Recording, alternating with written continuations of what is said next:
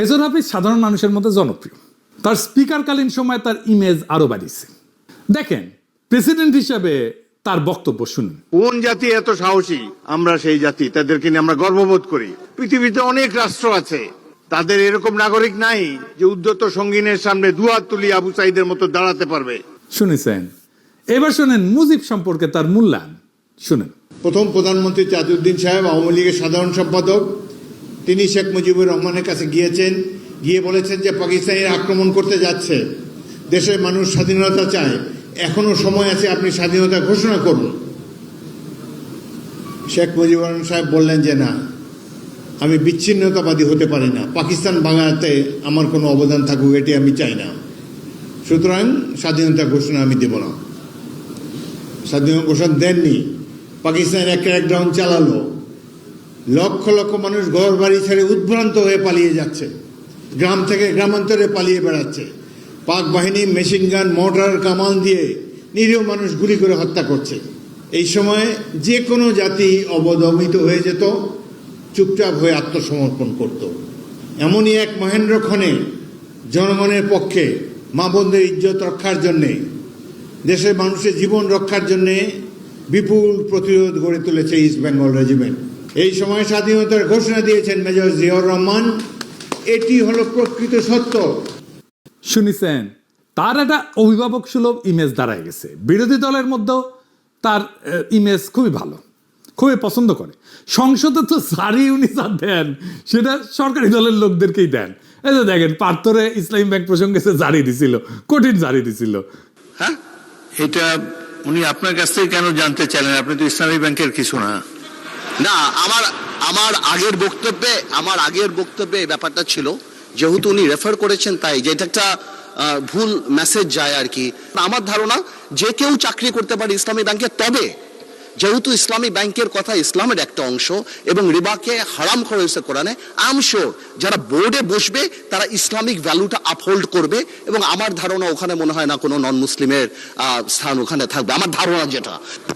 আমি লক্ষ্য করেছি এই সংসদে অনেক অনুমান নির্ভর কথাবার্তা হয়।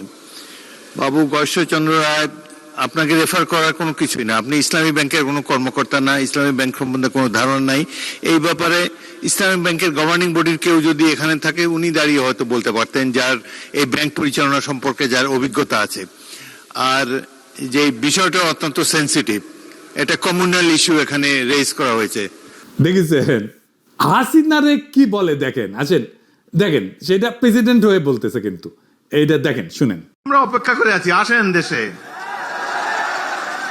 দেশে আছেন, দেখা হবে ইনশাল্লাহ রাজপথে। 27 বছর বয়সে মুক্তিযুদ্ধ করেছি, এখন 82 বছর বয়সে আরেকটা করব বাংলাদেশের জন্য। ভারত হাসিনারে আশ্রয় দিছে, এটা নিয়ে উনি কি বলছেন শুনেন। ভারতকে ধন্যবাদ যে তারা শেখ হাসিনাকে আশ্রয় দিয়েছে। শেখ হাসিনা এবং আওয়ামী লীগেরা যে এত বড় ভারতের দালাল, দেশের শত্রু, আশ্রয় না দিলে তো আমরা বুঝতে পারতাম না। সুতরাং এই আওয়ামী লীগের ফেরত আসার কোনো সম্ভাবনা আমি দেখি না।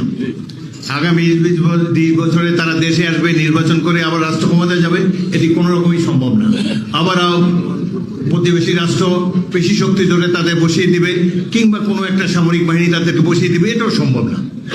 আমাদের আস্থা রাখতে হবে জনগণের শক্তির উপরে। আমরা অনেক ভাগ্যবান, 71-এ বীর শ্রেষ্ঠদেরকে দেখেছি, আর 2024 সালে আবু সাইদকে দেখেছি। শুনেছেন? ভারতের কিছু কিছু পলিটিশিয়ান এই কইছে বাংলাদেশকে দখল করে নেব। মিডিয়া তো একেবারে যে ময়ূক টয়ুক আছে না, রিপাবলিক টিভি ইত্যাদি, কি না ওগুলো কয়। তখন উনি কি বলছিলেন এই যে বাংলাদেশ দখল করে নেওয়া প্রসঙ্গে, শুনেন। ভারত কেন, আমেরিকাও এসে কোনোদিন বাংলাদেশ দখল করতে পারবে না। Come and try. অত্যন্ত দুঃখ লাগে, আমার দেশে পতাকা পোড়ানোর তুমি কে? What have you done? শুনেছেন? 1971-এ ভারত সাহায্য করেছে, অনেকে তো কাইট হয়ে পড়ে যায় যারা মুক্তিযুদ্ধ করে, কিন্তু উনি একজন খেতাবপ্রাপ্ত মুক্তিযোদ্ধা হওয়া সত্ত্বেও উনি কি বলছেন দেখেন ভারত প্রসঙ্গে। ভারতীয় সরকার আমাদের বন্ধু ছিল 71 সালে, কিন্তু স্বাধীনতার পর থেকেই আমরা লক্ষ্য করেছি তারা 71-এ তারা আমাদের জন্য যে সাহায্য সহযোগিতা করেছে সেটি উদ্ধার করার জন্য অতি ব্যস্ত। বাংলাদেশের প্রত্যেকটি ক্ষেত্রে তারা হস্তক্ষেপ করেছে। রামপাল বিদ্যুৎ কেন্দ্র থেকে শুরু করে দেশের ভিতর দিয়ে ট্রানজিট এবং অন্যান্য প্রত্যেকটি প্রকল্পে বাংলাদেশের নতজানু সরকার, আওয়ামী লীগের সরকার, শেখ হাসিনার সরকার বাংলাদেশের মানুষের স্বার্থ জলাঞ্জলি দিয়ে তারা এই দেশকে ভারতের একটি কলোনি বানিয়ে দিয়েছিল। দেশের জনগণকে বাধ্য হয়ে দীর্ঘদিন সংগ্রাম করে এই মাফিয়া সরকারকে অপসারিত করা হচ্ছে।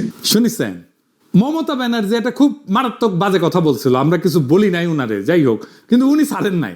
বাংলাদেশের সংখ্যালঘুদের উদ্ধারের জন্য মমতা একটা উক্তি করছিল, সেটার বিরুদ্ধে কি বলছিলেন উনি, এটা শুনুন।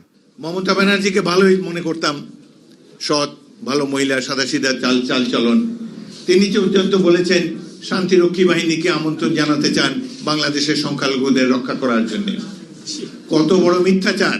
আমরা প্রত্যেকটি বাংলাদেশি নাগরিককে সামরিক ট্রেনিং দিয়ে প্রস্তুত করব যুদ্ধের জন্য। শুনেছেন? তারপরে ধরেন আমাদের পানির ন্যায্য হিসা ভারতের প্রসঙ্গে কি একটা স্পষ্ট পলিটিক্যাল স্ট্যান্ড উনি নিছিলেন, শোনেন। 54টা নদী ভারতের মধ্যে দিয়ে প্রবাহিত হয়ে বাংলাদেশে প্রবেশ করেছে। প্রত্যেকটি নদীতে অন্যায়ভাবে ভারত সেখানে বাঁধ নির্মাণ করেছে, যে বাঁধ নির্মাণের ফলে আমাদের কৃষক ন্যায্য পানি পাচ্ছে না। আমি পানি সম্পদ মন্ত্রী হিসাবে সবসময় বাংলাদেশের মানুষের ন্যায্য দাবি বলিষ্ঠভাবে তুলে ধরেছি। তাদেরকে বলেছি আপনারা পরিবেশের ক্ষতি করছেন, বাংলাদেশের কৃষকদের ক্ষতি করছেন, সুতরাং অবিলম্বে প্রত্যেকটা নদীতে আমরা প্রত্যেকটা অভিন্ন নদীর পানি ভাগাভাগির জন্য আমি উদ্যোগ গ্রহণ করেছিলাম। তিস্তা নদীর পানি ভাগাভাগির জন্য আমরা একটা সিদ্ধান্ত উপনীত হয়েছিলাম। শুনেছেন? মানে আমি উনার যত ক্লিপ দেখতেছি, আমি দেখতেছি উনি খালি পজিটিভ কথা, পজিটিভ আমাদের কথাই বলতেছেন। মনে হচ্ছে আমাদের মাউথ পিস হিসেবে উনি কথা বলতেছেন। উনার দুইটা নেগেটিভ পয়েন্ট তা আছে, একটা খালিদ মোশাররফের সাথে উনি করতে যাওয়া, আর 1/11-এর টাইমে বিএনপি ভাঙতে যাওয়া। তো উনি আপনার ইমেজ যে লেভেলে পুনরুদ্ধার করছেন সেটা অবিশ্বাস্য। আমার মতে উনি একটা ইউনিফাইং ক্যারেক্টার হইতে পারেন। আমার ব্যক্তিগতভাবে ডিপ রেসপেক্ট আছে এই লোকটার প্রতি, আমি এটা লুকায়ও না। উনি প্রেসিডেন্ট হইলে আমি খুশি হব ব্যক্তিগতভাবে, কারণ উনি একজন প্রেসিডেন্ট ম্যাটেরিয়াল বাংলাদেশের জন্য। এইবার আসেন জামাতের রাষ্ট্রপতি ক্যান্ডিডেট প্রসঙ্গে একটা আলাপ করি। আমরা তো সবাই জানি যে জামাতের প্রার্থী জিতবে না, তো এই মনোনয়নটা একটা প্রতীকী মনোনয়ন, আমরা কেমন ধরনের লোকের রাষ্ট্রপতি পদে চাইতেছি, কেমন ধরনের লোকের রাষ্ট্রপতি পদে মনোনয়ন দিলাম। তাহলে এমন একজনকে দেওয়া দরকার যে জামাত এনসিপির ইমেজ বাড়াবে, তাই না? কিন্তু দিল কাকে? অলি আহমেদকে। আসেন অলি আহমেদের একটা বক্তৃতা দেখি চট্টগ্রামে। রাজাকার এবং স্বৈরাচার বেগম খালেদা জিয়া মাত্র 1/3 জনগণের প্রতিনিধিত্ব করে, সুতরাং 2/3 প্রতিনিধিত্বকে বাদ দিয়ে আপনারা কখনোই আজউদ্দিনের নেতৃত্বে কাজ করতে পারেন না। আর বিএনপিতে চলে গেলে জিরো হয়। আরে বেগম জিয়া দেখে যাও চট্টগ্রামের মানুষ আজকে কি করে। দেখেছেন? এটা 1/11-এর সময় বক্তৃতা। 2006 সালে খালেদা জিয়ার তারেক রহমানকে উদ্দেশ্য করে বলছিলেন, মা ভালো হইলে ছেলে খারাপ হয় কিভাবে, দুইটাই বদমাইশ। চিন্তা করেছেন? মুখের লাগাম নাই তো তার। এমন একটা মানুষকে, আজ ধোয়া টাইপের মানুষকে প্রেসিডেন্ট ক্যান্ডিডেট করছে জামাত এনসিপি।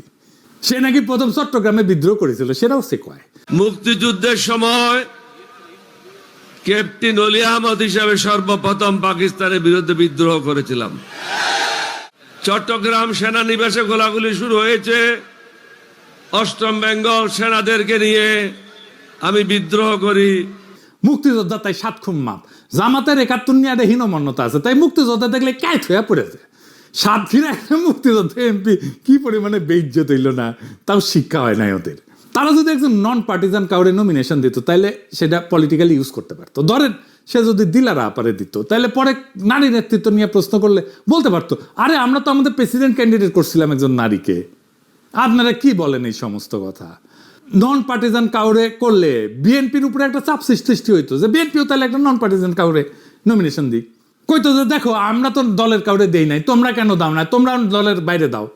বদিউল আলম মজুমদার করতে পারতো, মাহমুদুর রহমানের করতে পারতো, কেউ রাজি না হইলেও লাভ হইতো। তখন করুণ মুখ করে মিডিয়ারে কইতো, আমরা তো বলছিলাম, প্রস্তাব করছিলাম, আমাদের প্রস্তাব না বুঝছেন, ওনারা কেউ গ্রহণ করলো না।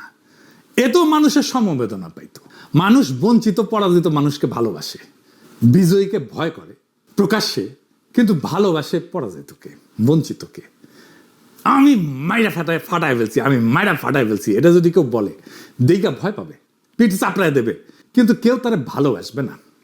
আর দেখেন আমাদেরকে মারছে, আমার কিন্তু কোনো দোষ নাই, আমি কিচ্ছু করি নাই, এই কথা যে বলবে তার প্রতি মানুষের সিম্প্যাথি আসবে, সমবেদনা আসবে। এটাই হিউম্যান নেচার, এটাই মানুষের চরিত্র, ক্যারেক্টার। এই জন্যই ট্র্যাজিক নায়কেরা মানুষের এত প্রিয় হয়, কারণ সে তো নিজে পদে পদে পরাজিত হয়। দুনিয়ার বেশিরভাগ মানুষের জীবন তো পরাজিতর জীবন, বিজয়ীর জীবন না। তাহলে কি পাইলো এই নমিনেশনে জামাত এনসিপি? আজকে একজন ফোন দিছে, ফোন দিয়ে কইতেছে যে আমি নাম বলি না কারণ আপনারা সবাই তারা চেনেন, কইতেছে আপনি তো পোলাপানদের নষ্ট করছেন। আমি কইলাম কেমনে নষ্ট করছি? কয় যে হাসনাত আবদুল্লাহরে কইছেন জোহরাম মামদানি। আমি কইলাম তো তাই তো বলবো, তরুণদের উৎসাহ দেয় তো বুড়াদের কাজ। একজন তরুণ যদি কাজ করে আনে যেটা একেবারে ট্র্যাশ, কিছুই হয় নাই, বালচাল হয়েছে, তো আমি কি বলবো যে কি বালটা করে আনছো? তা তো বলবো না, বলবো ভালোই করছো, অনেক পরিশ্রম করছো, আসো আমরা দেখি একসাথে কিভাবে এটাকে ইমপ্রুভ করা যায়। তাই তো, এটা তো আমাদের কাজ। আমি সেই ভূমিকায় পালন করি, নানাভাবে উপদেশ দেই, পরামর্শ দেই, চেষ্টা করছি, আমি উৎসাহ দিছি, সমর্থন দিছি। তারা নেয় নাই সেটা তাদের ব্যাপার, এখন এর দায় তো আমার না। যাই হোক, আর একদিন পরে আমাদের সমস্ত অপেক্ষার অবসান হবে, দেখা যাক কাকে আমরা রাষ্ট্রপতি হিসাবে পাই। আমাদের পরবর্তী নির্বাচন তত্ত্বাবধায়ক সরকারের অধীনে হবে এবং রাষ্ট্রপতির একটা ক্রুশিয়াল ভূমিকা থাকবে, এটা আসতেছে। সেই জন্য এই পদটা আমাদের জন্য গুরুত্বপূর্ণ। তাই এই পদে কে আসবে সেটা আমাদের জন্য জানা জরুরি, আলাপ করা জরুরি, সব দিক বুঝে দেখা জরুরি। ইনকিলাব জিন্দাবাদ, আজাদি জিন্দাবাদ।